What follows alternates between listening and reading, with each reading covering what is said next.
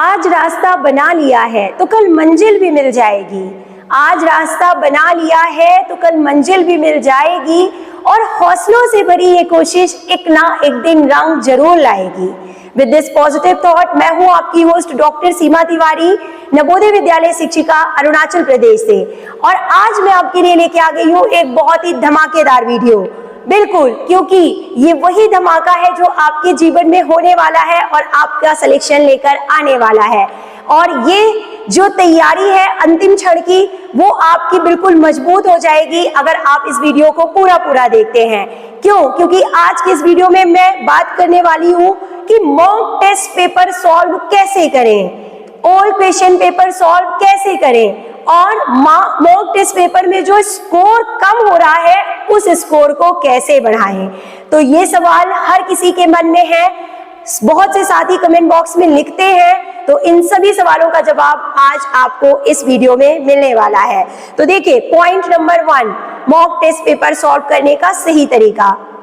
मैं आपको बता दूं कि जब भी आप कोई मॉक टेस्ट पेपर सॉल्व करते हैं तो आपको क्या करना है कि ऐसे मॉक टेस्ट पेपर लेने हैं। आपके पास कोई बुक है जिसमें मॉक टेस्ट पेपर है, आपने खरीद रखी है, अब आप उसको सॉल्व करने जा रहे हैं, तो आप ऐसे मॉक टेस्ट पेपर वाली बुक मत लीजिए जिनमें आंसर्स दिए हुए हैं पहले से। बिल्कुल नहीं, आप ऐसे मॉक टेस्ट पेपर की बुक लीजिए जिनमें आंसर्स नहीं दिए हुए हैं और उनको बिना देखे करने की कोशिश कीजिए। बहुत से साथी ऐसे होते हैं जो क्या करते हैं, 10 क्वेश्चन सॉल्व करते हैं, उनमें से 5 क्वेश्चन बने, 6 नंबर नहीं बन रहा है, तो क्या करेंगे, अपने नोट्स में देखेंगे, अपनी बुक्स में देखेंगे कि इसका आंसर क्या है। ऐसा आपको नहीं करना है, बिल्कुल आपको ऐसी प्रैक्टिस नहीं करना है।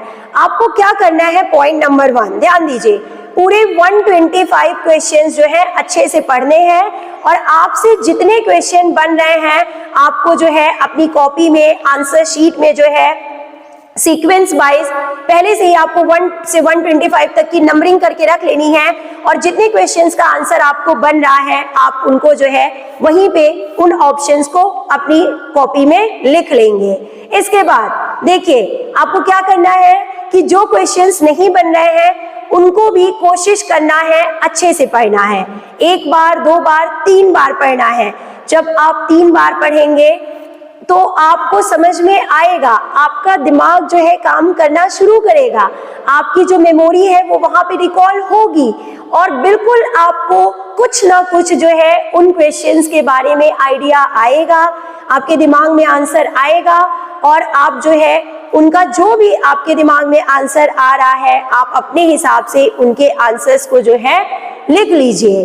बिल्कुल आपको ये पूरा काम जो है बिना देखे करना है, आपको बिल्कुल भी बुक्स और कॉपीज की मदद नहीं लेनी है, और आपको मॉक टेस्ट पेपर जो है पूरा सॉल्व करके छोड़ देना है 125। अब आपको अपना स्कोर चेक करना है। नेक्स्ट पॉइंट देखिए कि आपको अपना स्कोर चेक करना है कि कितना हुआ, और पूरी ईमानदारी से चेक करना है, जो गलत आंसर्स है उसको छोड़ देना है।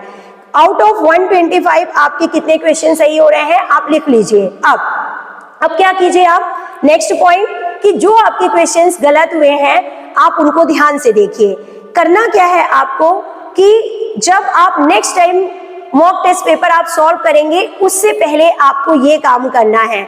आपको ये काम करना है कि आप उन क्वेश्चंस को पढ़िए जो क्वेश्चन आपसे नहीं बने और जो गलत हो गए।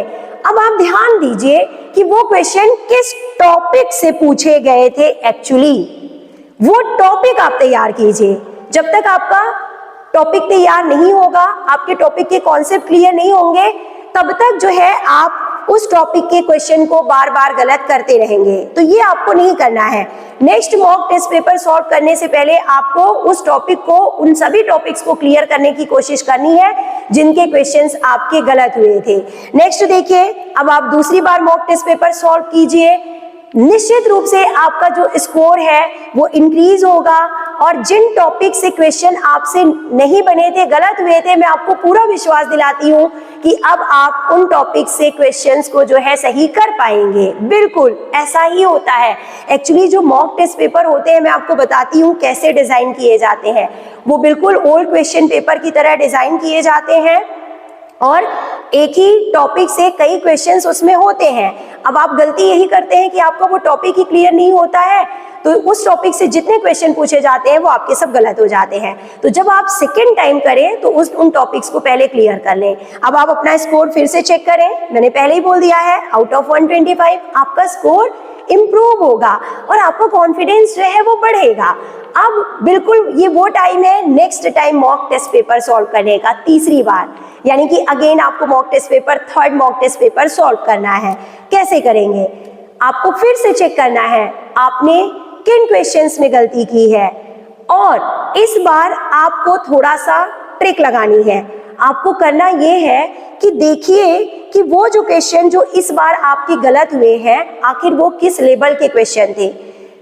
निश्चित तौर पे वो क्वेश्चंस का लेवल ऐसा होगा जो कि थोड़ा सा हार्ड होगा, इसीलिए आप उन्हें गलत कर रहे हैं बार बार प्रैक्टिस करने के बाद। तो आप थोड़ा उसको पकड़िए दोस्तों, आप उसको समझने की कोशिश कीजिए कि आखिर ये हमसे क्यों गलत हुआ।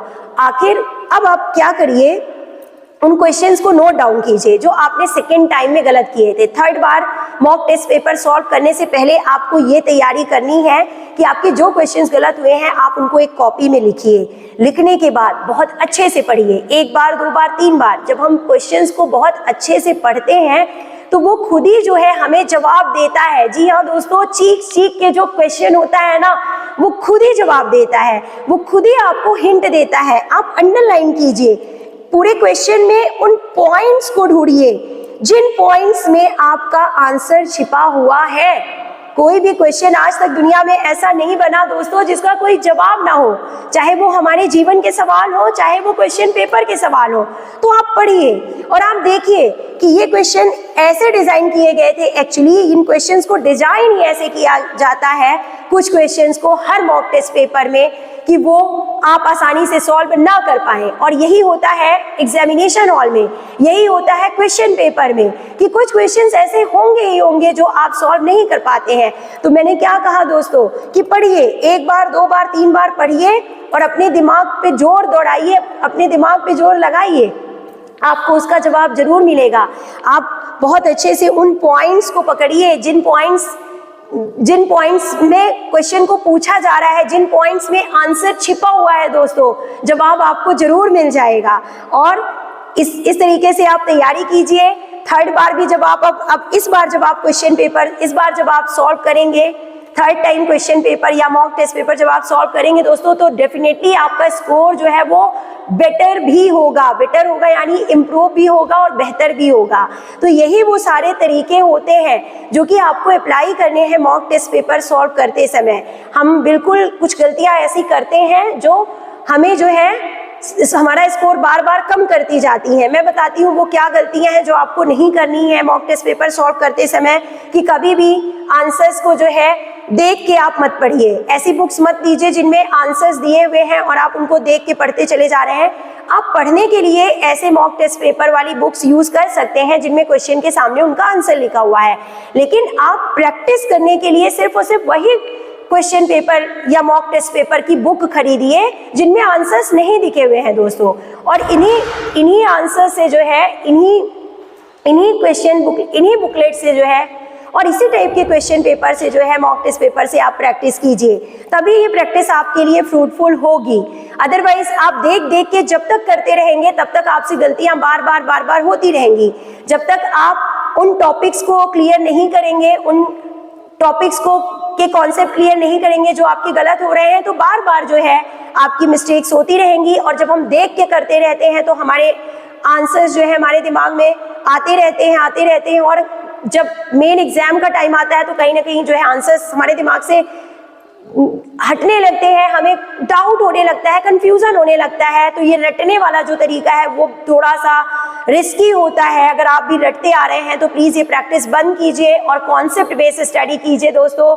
आई होप कि ये वीडियो आपके लिए हेल्पफुल होगा। जो भी आप एफर्ट्स कर रहे हैं वो करते रहिए, अपने ऊपर विश्वास बनाए रखिए दोस्तों, सिलेक्शन आपका होगा। एफर्ट्स कभी खाली नहीं जाते हैं, कोशिश जो है कभी नाकामयाब होती ही नहीं है। तो आप जो भी कोशिश कर रहे हैं उसके साथ साथ इन प्रैक्टिसेस को भी फॉलो कीजिए। आई होप आपके लिए हेल्पफुल होंगी।